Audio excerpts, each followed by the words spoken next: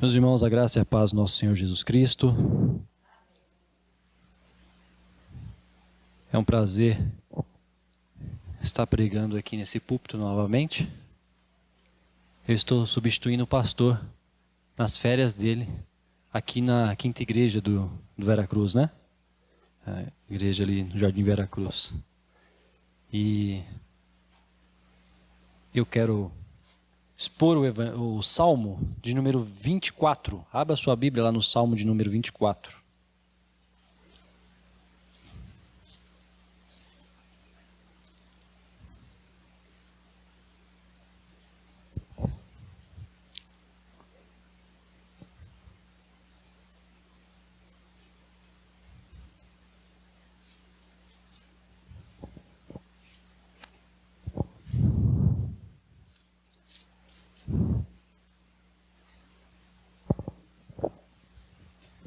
A palavra do Senhor nos diz assim, no Salmo de número 24.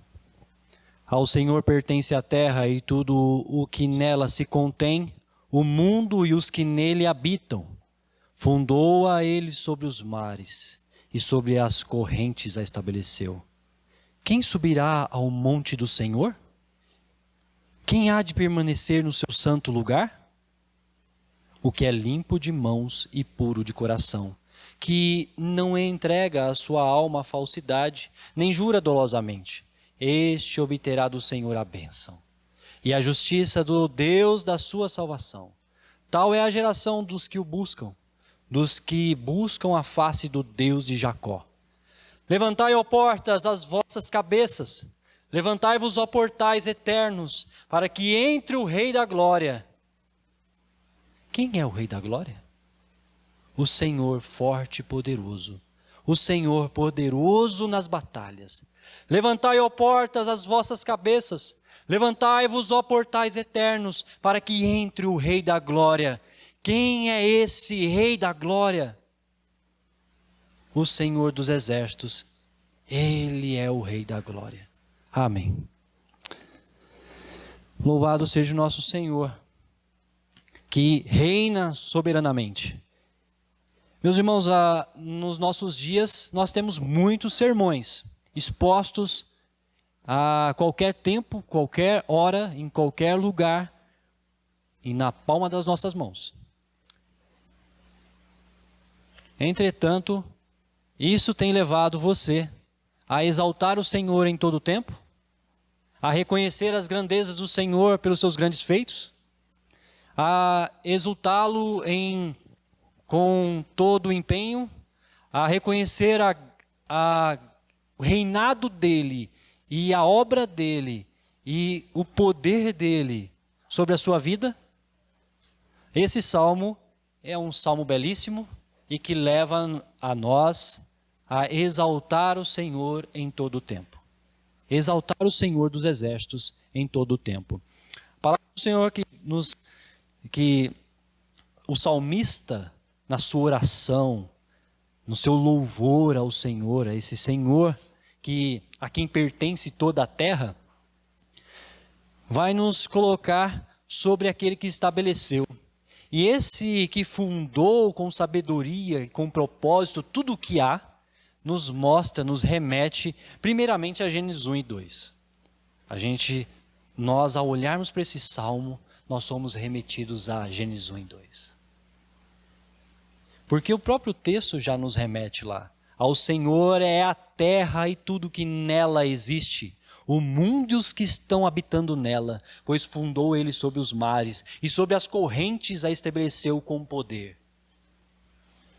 Sobre as correntes a estabeleceu com poder.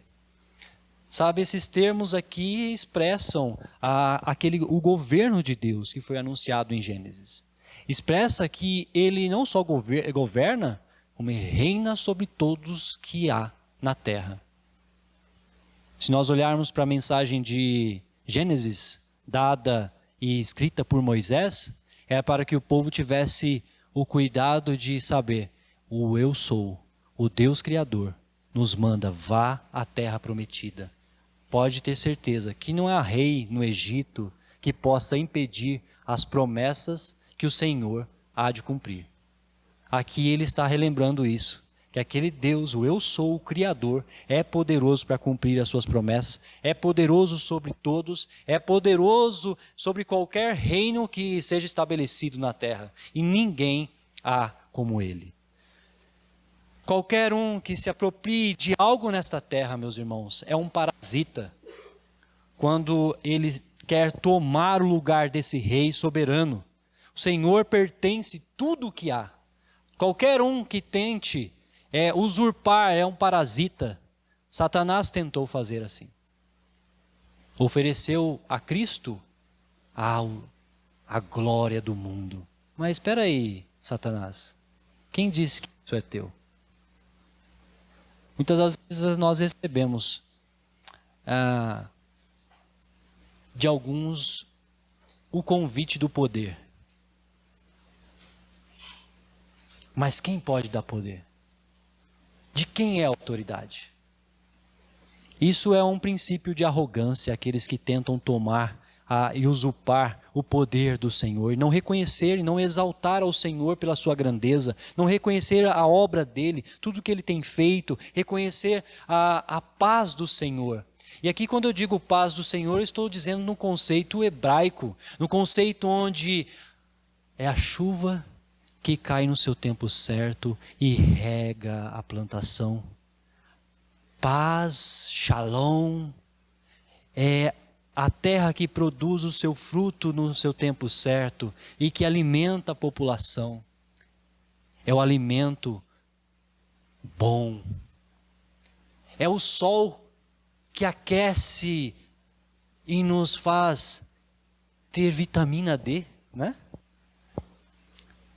É o frio que vem na sua estação correta, o outono, as árvores que dão flores na sua estação. Isso é paz.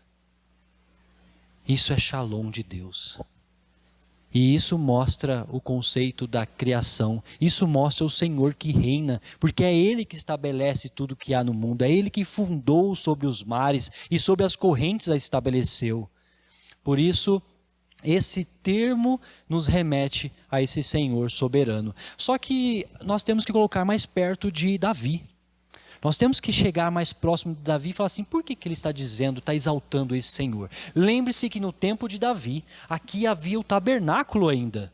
Nós estamos falando do tempo onde Davi estava cultuando, onde o povo estava cultuando no tabernáculo. Lembre-se que naquele tabernáculo, no Santo dos Santos, nas cortinas do tabernáculo, tinham plantas desenhadas, muitas cores. Lá havia muitos desenhos da natureza, havia desenhos de querubins, de anjos. Isso remetia também ao Éden, ao lugar de adoração. O tabernáculo remetia-se ao Éden, lugar criado por Deus. Por isso que ao adentrar ali no Santos dos Santos, no lugar de habitação do Senhor, a Arca da Aliança, eles lembravam do Deus Criador, eles lembravam de tudo aquilo que o Senhor tinha feito, porque a imagem, aqueles desenhos nas cortinas mostravam toda a ação do nosso Senhor em criar e conduzir o homem a um lugar de culto. No Éden foi assim? O Senhor criou o Éden e levou o homem para cultivar e guardar, para cultuar um local propício. Aqui, Davi também tinha isso. Agora ele deslumbra esse Senhor dos exércitos, que é tipificada por quem ali?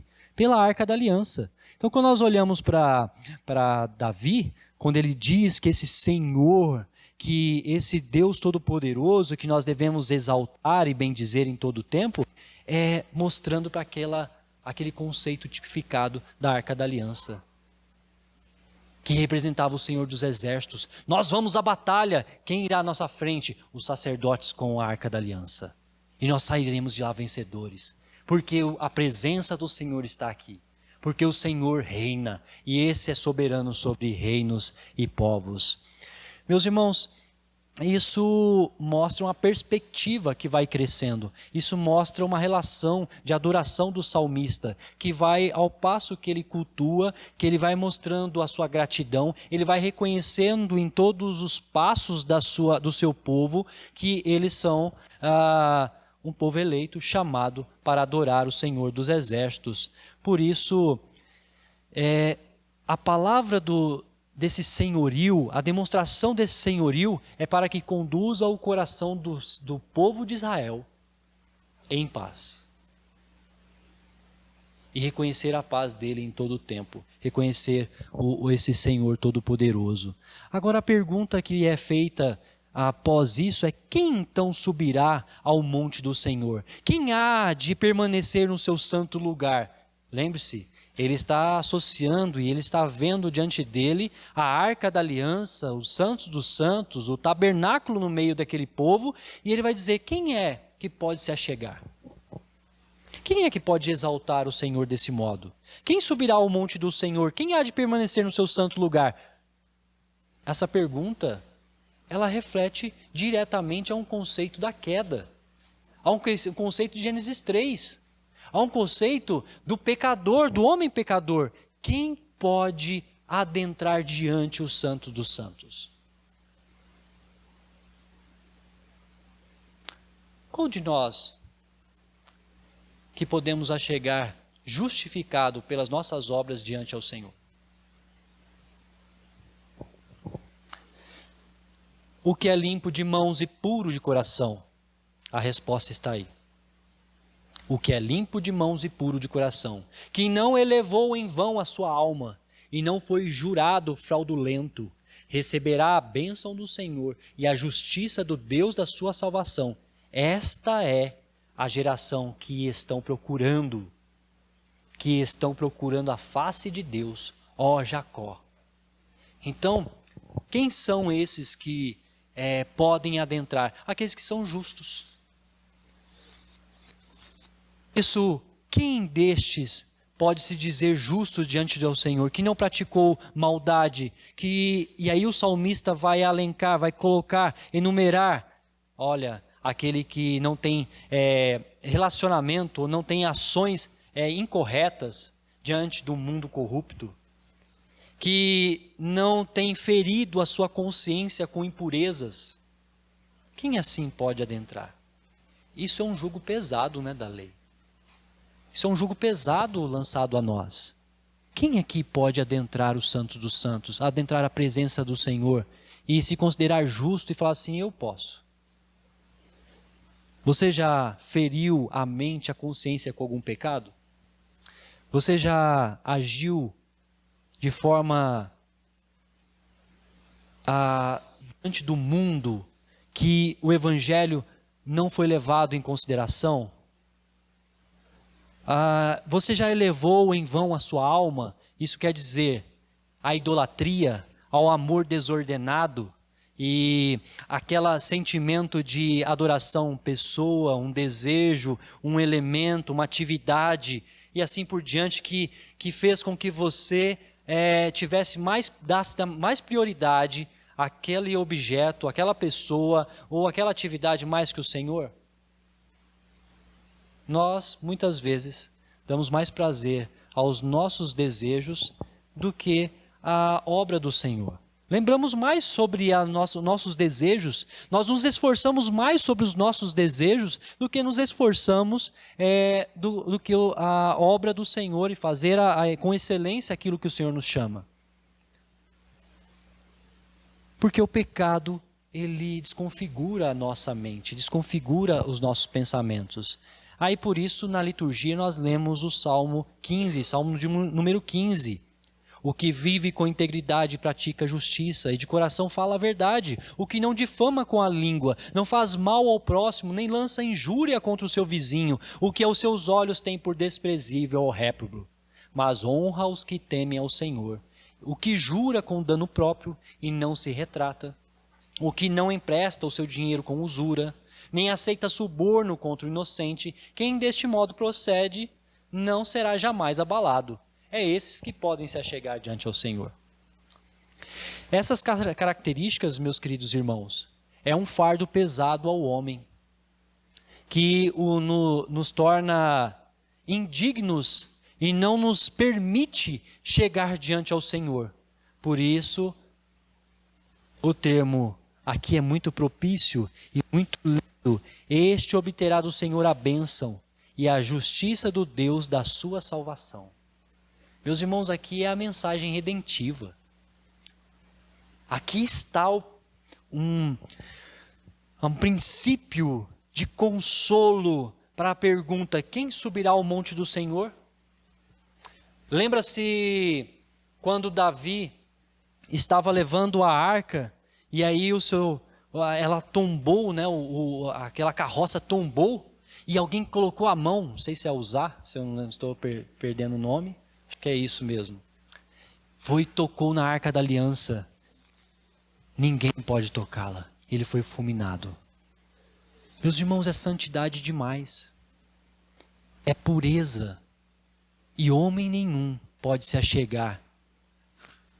Por isso, quando Davi coloca: este obterá do Senhor a bênção e a justiça do Deus da sua salvação, é este não só apontando para ele como o rei de Israel, mas apontando para aqueles que estão ao seu redor.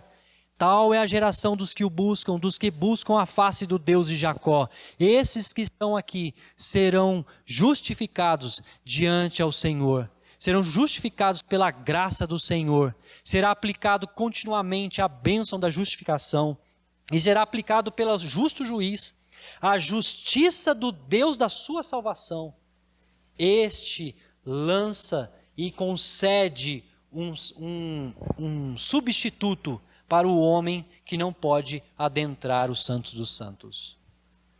Meus queridos irmãos, aqui está a mensagem de consolo para o salmista, e aqui está a mensagem de consolo para todos nós, do tempo que se passa, nesse tempo de redenção, nesse tempo que o Senhor tem justificado aos homens, tem chamado à salvação, chamado a exaltá-lo, chamado a cultuá-lo e chamado à sua paz, para que dentro do reino de Deus nós exaltemos ao Senhor com fé. Mas agora, sem lei, se manifestou a justiça de Deus, testemunhada pela lei e pelos profetas. Justiça de Deus mediante a fé em Jesus Cristo, para todos e sobre todos os que creem. Porque não há distinção, pois todos pecaram e carecem da glória de Deus, sendo justificados gratuitamente por sua graça, mediante a redenção que há em Cristo Jesus. Quem subirá? Quem poderá achegar a esse trono de glória? Quem poderá se reunir aos santos para a adoração ao Senhor? Os justificados. E os justificados são aqueles que creem pela fé. Você tem exaltado ao Senhor a salvação? O contexto, aquilo que você tem visto, tem contemplado, aquilo que você tem vivenciado, tem te conduzido a adorar ao Senhor? Eu sei que tempos difíceis colocam nuvens em nossa frente e que muitas vezes nós não enxergamos bem. E por causa dessas nuvens, nós podemos nos perder e até, como diz a confissão de fé, em muitos momentos andar em contraponto com as Escrituras. Mas retoma essa visão, retoma essa palavra, traz à sua memória a meditação. Os salmistas têm muito sobre isso, ainda mais nesse primeiro livro dos Salmos, sobre meditar na palavra do Senhor, de dia e de noite, para que não se perca a sua mente e o seu coração, de exaltar ao Senhor em todo o tempo, de cultuar ao Senhor em todo o tempo, primeiro pela justificação que é gratuita a todos nós. Também estejamos seguros sobre o reinado eterno de Jesus. Portanto, devemos glorificar o Rei glorioso do nosso Senhor Jesus, pois a terra e o seu povo estão preparados para receber o Rei da glória. Levantai, ó portas, as vossas cabeças, levantai-vos, ó portais eternos, que entre o Rei da glória. Quem é este Rei da glória? O Senhor, forte e poderoso, o Senhor valente na guerra. Levantai, ó portas, as vossas cabeças, e levantai-vos, ó portais eternos, e que entre o Rei da glória. Quem ele é, este Rei da glória? o Senhor dos exércitos, Ele é o Rei da glória. E aqui há uma pausa. Selá. Este salmo é uma verdadeira obra sobre a redenção do Senhor. Porque ele exalta e ele conduz o povo de Deus a exaltar esse Senhor em todo o tempo, na gratidão e em paz. Gratidão e em paz. Nós reconhecemos que a obra do Senhor foi eficaz na salvação, foi eficaz para que conduzisse o seu povo, o povo eleito de Deus, para glorificar ao Senhor. Ele nos redimiu do pecado de Adão, Ele nos chamou para sermos o povo da aliança, para cultuá-lo junto com os santos ali reunidos diante do Rei da Glória. Portanto, a conclusão que nós chegamos, meus irmãos, é que este Rei da Glória, ele é tipificado e ele é demonstrado aqui como o Salvador, aquele que viria. O nosso Senhor e Salvador, Jesus é o verdadeiro pastor e Rei do povo de Deus. Portanto, nós devemos exultar ao Criador que preparou a chegada e exultemos a salvação concedida pelo justificador do seu povo, o Senhor da aliança. Nova aliança foi feita sobre Cristo Jesus, o Rei da glória. Meus irmãos, a pergunta que esse salmo quer trazer à nossa mente hoje, para que nós venhamos a exultar em todo o tempo, esse Senhor, esse Rei, que deve ser celebrado em nossa vida é: o que tem feito você a não exaltá-lo dia após dia? Tem sido as dificuldades financeiras? Nós tivemos um baita curso ontem. Ontem nós tivemos aqui na igreja, foi culto, foi um encontro de casais. Meus irmãos, que bênção.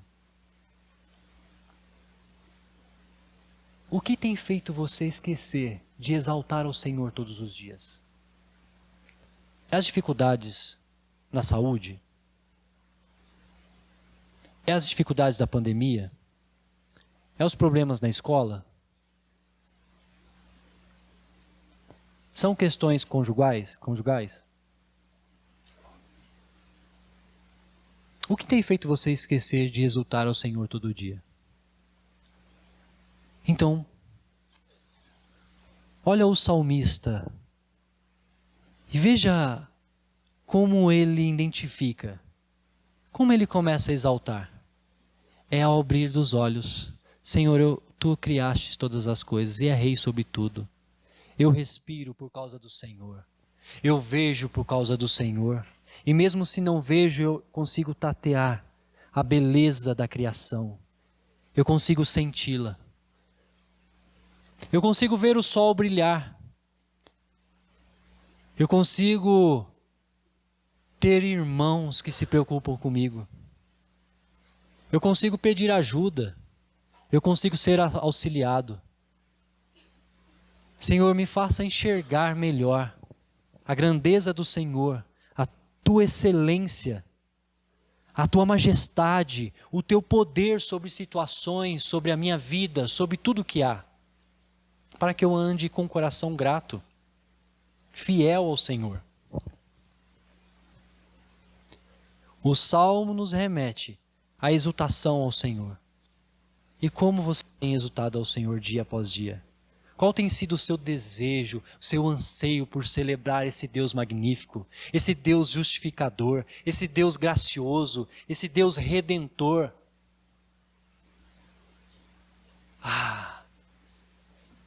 Congregar ao Senhor e exultar em todo o tempo. Que Deus nos abençoe, que Deus nos edifique nessa palavra, que Deus nos conduza a ter um coração de exultação e exaltando o Senhor, o Rei da glória, em todo o tempo.